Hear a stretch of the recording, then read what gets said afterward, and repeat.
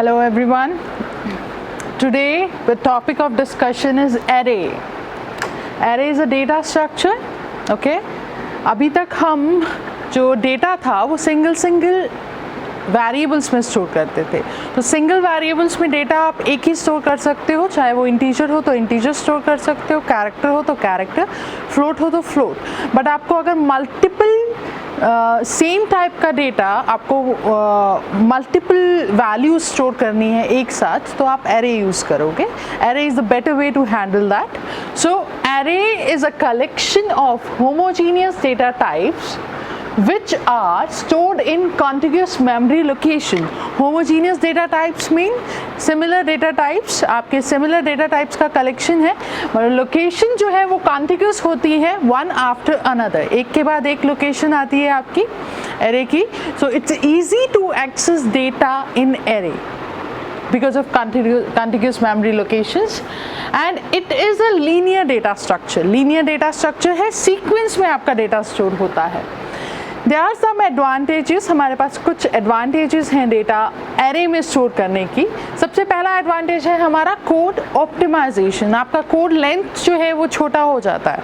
आपको उतना lengthy code नहीं लिखना पड़ेगा जितना आप जनरली दूसरे वेरिएबल्स में डेटा स्टोर करते हुए लिखते हैं.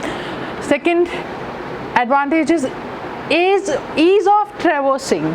ट्रैवर्स करना इजी होता है नॉर्मल वेरिएबल्स के कंपैरेटिवली, क्योंकि आप नॉर्मल वेरिएबल्स को सिंगल वेरिएबल्स को ट्रैवर्स करते हैं.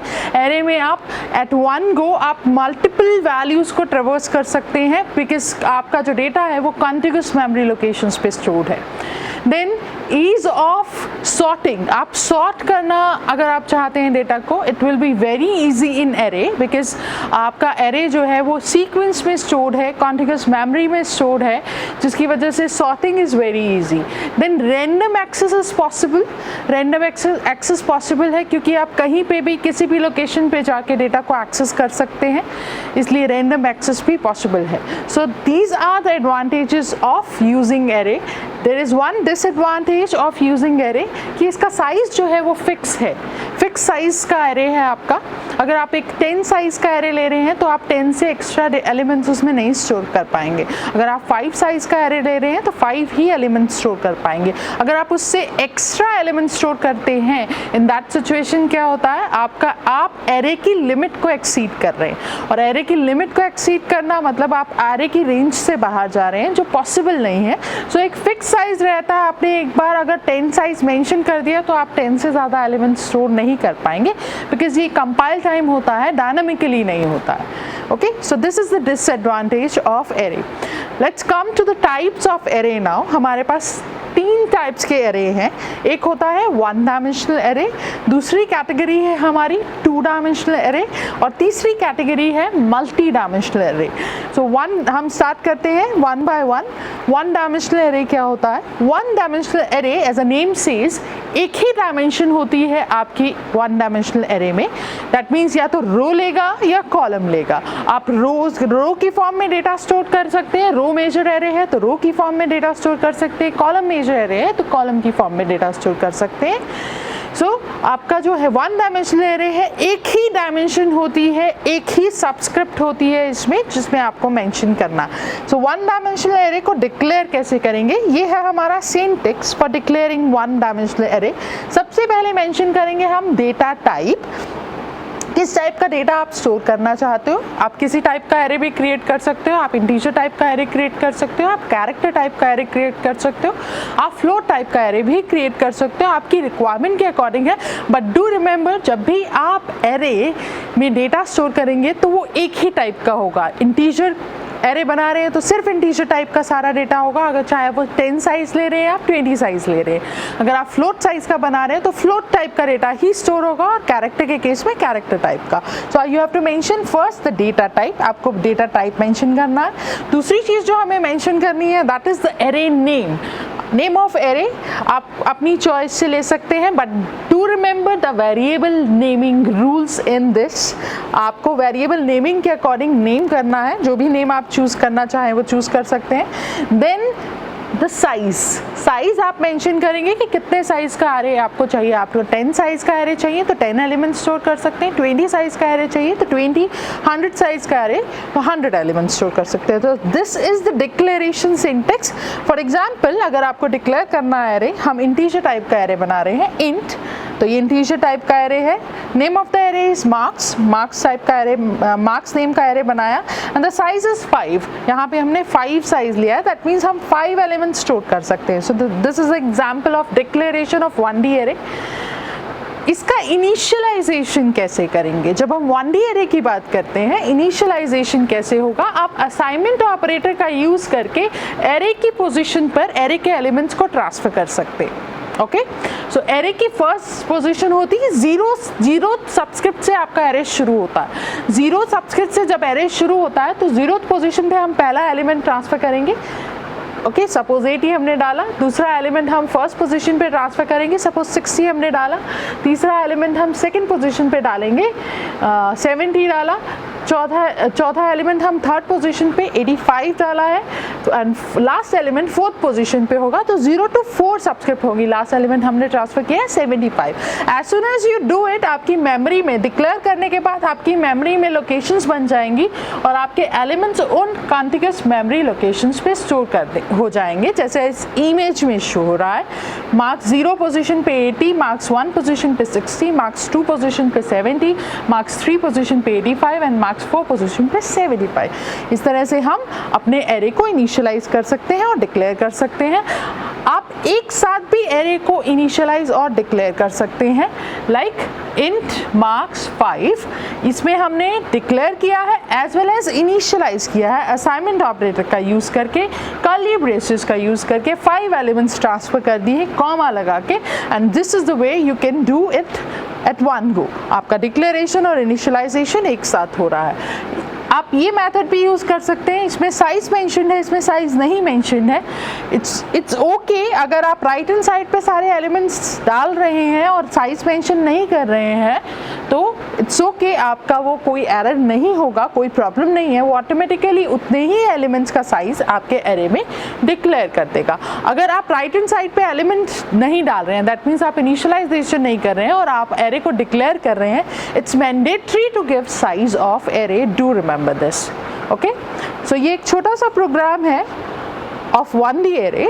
हम देख रहे हैं यहाँ पे हमने हेडर फाइल ऐड की है। मेन फंक्शन में सबसे पहले हमने लिया है एक I variable, this is counter, ये काउंटर है, काउंटर लिया है हमने, 0 से इनिशियलाइज किया है काउंटर को, and after this int marks 5 एक एरे लिया है जिसमें हमने ये एलिमेंट्स ट्रांसफर किए हैं, फॉर लूप लगाया है। This is traversal of array. जब आप एरे को ट्रेवर्स करेंगे 1D एरे को तो आपको सिंगल फॉर लूप की जरूरत पड़ेगी। सो i इक्वल्स टू 0, 0 से इनिशियलाइज करेंगे, i less than 5 and i will be incremented after every iteration. Okay, printf statement का यूज करके हमने एलिमेंट्स ऑफ एरे को प्रिंट कराया है। मार्क्स आई पहले वो 0th पोजीशन वाले एलिमेंट को प्रिंट करेगा, after increment first position, then second, then third and then fourth, and then the loop will end और आपकी पूरे एलिमेंट्स एरे के प्रिंट हो जाएंगे। सो डू रिमेंबर, जब भी आपको 1D एरे पे वर्क करना है आपको क्या करना है, आपको सिंगल फॉर लूप इम्प्लीमेंट करना है। Okay, let's come here. The second category of array, this is two-dimensional array. Two-dimensional array में 2 डायमेंशंस होती हैं। पहली डायमेंशन आपकी रोज को रिप्रेजेंट करती है और दूसरी डायमेंशन आपकी कॉलम्स को रिप्रेजेंट करती है। That means 2 dimensions. Okay, it's like matrix, जैसे आप मैट्रिक्स बनाते हैं उसी की तरह है। डिक्लेरेशन कैसे करेंगे 2 डायमेंशनल एरे का? डेटा टाइप सबसे पहले मेंशन करना है हमने। डेटा टाइप जैसे हमने 1D एरे में किया था, integer, character, float, then the array name, array का कोई भी नाम, then row, number of rows of that array and number of columns of that array आपको मेंशन करना है। फॉर एग्जांपल आप इंटीजर टाइप का एक एरे बना रहे हैं, नाम है a and with A the size of array is rows are 4 and columns are 3. तो 4:3 का आपने array डिक्लेयर किया, आप एक डिफरेंट साइज का array भी बना सकते हैं according to your requirement. Initialization कैसे करेंगे आप array का? इनिशियलाइजेशन करने के लिए सबसे पहले array को डिक्लेयर करके असाइनमेंट ऑपरेटर का यूज़ करके जो भी एलिमेंट्स आपको डालने हैं एरे में वो आप इनिशियलाइज कर सकते हैं। जैसे हमारा एरे 4:3 का है, टोटल 12 एलिमेंट्स होंगे, 4 रोज हैं, 3 कॉलम्स हैं, तो each row would have 3 elements. तो फर्स्ट आपका जो फर्स्ट रो में 3 एलिमेंट्स, सेकंड रो के 3 एलिमेंट्स, थर्ड रो के 3 एलिमेंट्स एंड लास्ट रो के 3 एलिमेंट्स, ये हमने ट्रांसफ़र किए। कर्ली ब्रेसेस सेग्रीगेट करने के लिए है एलिमेंट्स को, ताकि आपको समझ में आए कि कौन से एलिमेंट कौन सी रो के हैं। तो इस तरह से हम इनिशियलाइज कर सकते हैं एरे को। ये इनिशियलाइजेशन असाइनमेंट ऑपरेटर से है, मैंने 1D एरे में भी असाइनमेंट ऑपरेटर से इनिशियलाइजेशन बताया, बट आप स्कैनफ स्टेटमेंट का यूज़ करके भी इनिशियलाइजेशन कर सकते हैं, जैसे हम नॉर्मल वेरिएबल्स के लिए कर रहे हैं। बट टू रिमेंबर, अगर आप स्कैनफ स्टेटमेंट का यूज़ कर रहे हैं, अगेन सिंगल लूप यूज़ करना होगा for input of data inside array for 1D array. और इसी तरह से हम अगर 2D एरे में इनिशियलाइजेशन करेंगे तो हमें डबल नेस्टेड लूप का इम्प्लीमेंटेशन करना पड़ेगा for scanf statement. This is the program for 2D array. आप देख सकते हैं हेडर फाइल इंक्लूड की है, then void main, then 2 counters लिए हैं हमने बिकॉज हम 2 लूप्स लगाने वाले हैं, I एंड J दोनों को 0 से इनिशियलाइज किया है। एक एरे बनाया है 4:3 का, 1 2 3 4 5 6 7 8 9 10 11 12 एलिमेंट्स डाल दिए हैं रो वाइज इसमें। Okay, this is initialization. And initialize करने के बाद हम उसे ट्रेवर्स कर रहे हैं। Okay, traversing of array traverse कर रहे हैं। I 0 से फर्स्ट लूप लगाया हमने, आउटर लूप I 0 से इनिशियलाइज है, I लेस देन 4 बिकॉज हमारे पास 4 रोज हैं, आउटर लूप रोज के ऊपर वर्क करता है, and then I will be incremented every time. Inside this loop for loop there is 1 nested loop with J counter, J is equals to 0, J less than 3 because हमारे पास 3 columns हैं, and J plus plus. Printf statement में हम printing कर रहे हैं elements की, array %d equals to %d। ये किस लिए? तो इससे आपका जो डेटा है वो बहुत रिप्रेजेंटेड मैनर में आएगा। लाइक आप एरे 0 वाली पोजीशन के एलिमेंट का पहले प्रिंट करेंगे, फिर एरे 0 1, देन एरे 0 2, इस तरह से आपका प्रोसेस चलता जाएगा और आपके सारे एलिमेंट्स प्रिंट होते जाएंगे 2D एरे के। So this is how 2D array works. Okay, so we're coming to the last thing in the array, last category of the array is multi-dimensional array. This multi-dimensional array is, as the name says, is have multiple dimensions. अभी तक हमारी 1 dimension 2 dimensions पे work करता था array, अब work करेगा 3 dimensions पे। ये 3 डायमेंशंस कैसे वर्क करती हैं, लेट्स सी। पहली डायमेंशन जो होती है आपकी इस मल्टी डायमेंशनल एरे में, that represents the number of arrays, क्योंकि मल्टी डायमेंशनल एरे में मल्टीपल एरेज होते हैं। अभी तक हम सिंगल एरे पे वर्क कर रहे थे, या तो वो 1D होता था या 2D होता था, बट इस सिचुएशन में आपका एरे जो है वो 3 डायमेंशन पे वर्क करेगा और उसमें मल्टीपल एरेज होंगे। तो आपकी फर्स्ट जो सबस्क्रिप्ट होगी वो रिप्रेजेंट करेगी नंबर ऑफ एरेज को, दूसरी सबस्क्रिप्ट रिप्रेजेंट करेगी number of rows in each array, तीसरी सबस्क्रिप्ट रिप्रेजेंट करेगी number of columns in each array. Okay, so सबसे पहले मेंशन करेंगे हम data type, the type of data जो हम इंटीजर, कैरेक्टर, फ्लोट ले सकते हैं, then the array name. Okay, array name आप अपनी चॉइस से ले सकते हैं। नंबर ऑफ एरेज कितने लेने हैं आपकी चॉइस है, आपकी रिक्वायरमेंट है कितने एरेज आपको चाहिए। Then number of rows in each array, आपके हर एक एरे का साइज सेम होगा जो भी आप एरे बना रहे हैं, तो अगर आपने 2:3 के एरे साइज का मेंशन किया है तो वो जितने भी एरेज आप बनाएंगे वो 2:3 के बनेंगे। अगर आप 3:3 का ले रहे हैं तो वो 3:3 के बनेंगे। तो number of rows in each array and number of columns in each array, इस तरह से हम डिक्लेयर कर सकते हैं। डिक्लेरेशन का एग्जाम्पल ये है, int a, int is a data type and then this is array name and the size of array mentioning 3 subscript। सबसे पहला number of array, 3 arrays बना रहे हैं हम, किस साइज के, 2 rows 3 columns के। ओके, सो इस तरह से हम अपने मल्टी डायमेंशनल एरे को डिक्लेयर कर सकते हैं। इनिशियलाइजेशन कैसे होगा? इनिशियलाइजेशन आप ऐसे ही कर सकते हैं जैसे आप 1D एरे या 2D एरे का करते हैं। 1D एरे में आप एक सबस्क्रिप्ट के साथ करते हैं या मल्टीपल 3 सबस्क्रिप्ट्स होंगी, तो आपके जो टोटल एलिमेंट्स बनेंगे दैट मीन्स एक एरे के एलिमेंट्स हैं 6, 3 एलिमेंट्स हैं, 3 एरेज हैं, दैट मीन्स 18 एलिमेंट्स होंगे। 18 एलिमेंट्स आप कैसे डालेंगे?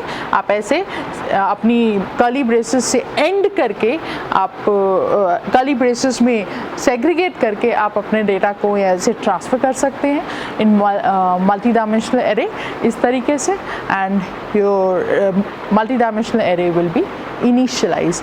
आफ्टर दैट आपको अगर मल्टी डायमेंशनल एरे पे वर्क करना है, उसकी प्रिंटिंग करानी है या स्कैनफ स्टेटमेंट का यूज़ करके उसमें इनपुट लेना है, इन दैट सिचुएशन आपको क्या करना पड़ेगा? आपको नेस्टेड 3 लूप्स का यूज़ करना पड़ेगा। जैसे हम नेस्टेड 2 लूप्स का यूज़ 2D एरे में करते थे, आपको नेस्टेड 3 लूप्स का यूज़ करना पड़ेगा। पहला वाला लूप आपकी नंबर ऑफ एरेज के लिए होगा, outer loop.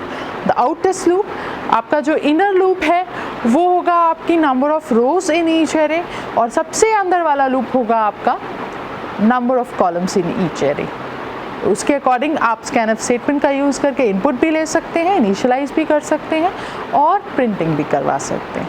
That's all for array for now. Thank you so much. Thank you.